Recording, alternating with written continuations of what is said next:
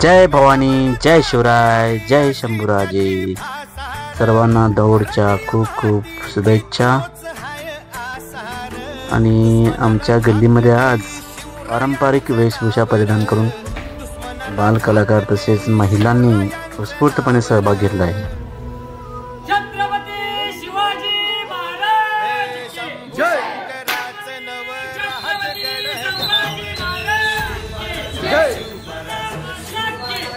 चला पाहूया तर कोण काय काय झाले.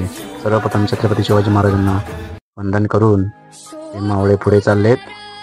मधल्या गल्लीमध्ये हे डेकोरेशन केलेलं आहे छानपैकी. असं जवळजवळ 3 दिवसाचं नियोजन लागलं होतं. शेवटी हे पूर्णत्वास आलेलं आहे. मित्रांनो, सर्वांकडून वाहवा मिळाली. सर्वप्रथम दर्शन होतं आहे अंबाबाईंचं. दुसऱ्या नंबरला दर्शन होतं आहे मासाहेब जिजाऊंचं.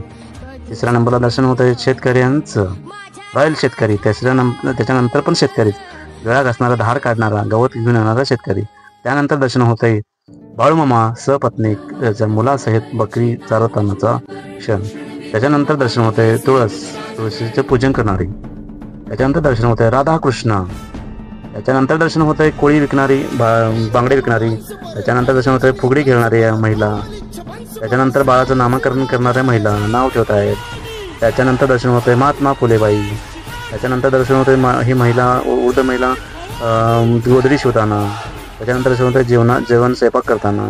त्यानंतर दर्शन होत आहे तांदूळ पाकडणे. त्यानंतर दळण दळणे. हे आता काय पाहायला मिळतच नाही दळण दळायचं. सगळं ही पुस्तक वाचन करते, गीताचं वाचन करते, ही नंतरची पूजा करते. इथं शाळा शिकवतात टीचर. त्यानंतर इथं महिला एक आहे तर कपडे शिवते. त्याच्यानंतर इथं वह्यो वह्यो आपल्या लग्नामध्ये जसं वह्यो वह्यो करतात तसं वह्यो वह्यो करताना ह्या महिला उत्तमरित्या सादरीकरण केलेलं आहे. इथं मित्रांनो, तुम्हाला हे कसं वाटलं कमेंटमध्ये कळवायला विसरू नका. त्यासाठी फार कष्ट घेतले आहेत. नियोजनबद्ध हे सगळं केलेलं आहे. मित्रांनो, जवळजवळ 30 वर्षे झाले असणार. शिवप्रतिष्ठान संस्थापक अध्यक्ष आदरणीय संभाजी भिडे गुरुजी यांच्या आदेशानुसार महाराष्ट्रात हजारो खेड्यापाड्यात हा उपक्रम दुर्गामाता दौड ह्या नावाने केला जातो. महाराष्ट्राबरोबरच राजस्थान, उडपी येथे नव्हे तर सीमा भागात कर्नाटकात असलेले बेळगाव ह्या ठिकाणीही मोठ्या प्रमाणात, विशेषतः ह्या दौडीचे नेतृत्व मुलींच्याकडे असते. सगळं नेतृत्व मुली करतात. जरासं ऐतिहासिक महत्त्व का आहे जाणून घ्या. राजमाता, राष्ट्रमाता, पुण्यश्लोक जिजामाता भोसले, शहाजीराजे भोसले हे दोघेही दुर्गामातेचे भक्त होते. शहाजीराजांचं जीवन हे अग्निमय आणि रक्तमय, युद्धमय होते. अशा राजांशी जिजामातांनी संसार केला आणि शिवछत्रपतींना घडवलं. आणि त्या जिजामाता आपल्याला दुर्गा मातेप्रमाणे आहेत. शहाजीराजांनी 2 वेळा हिंदवी स्वराज्य निर्माण करण्याचा प्रयत्न केला, पण त्यांना ती यश मिळालं नाही.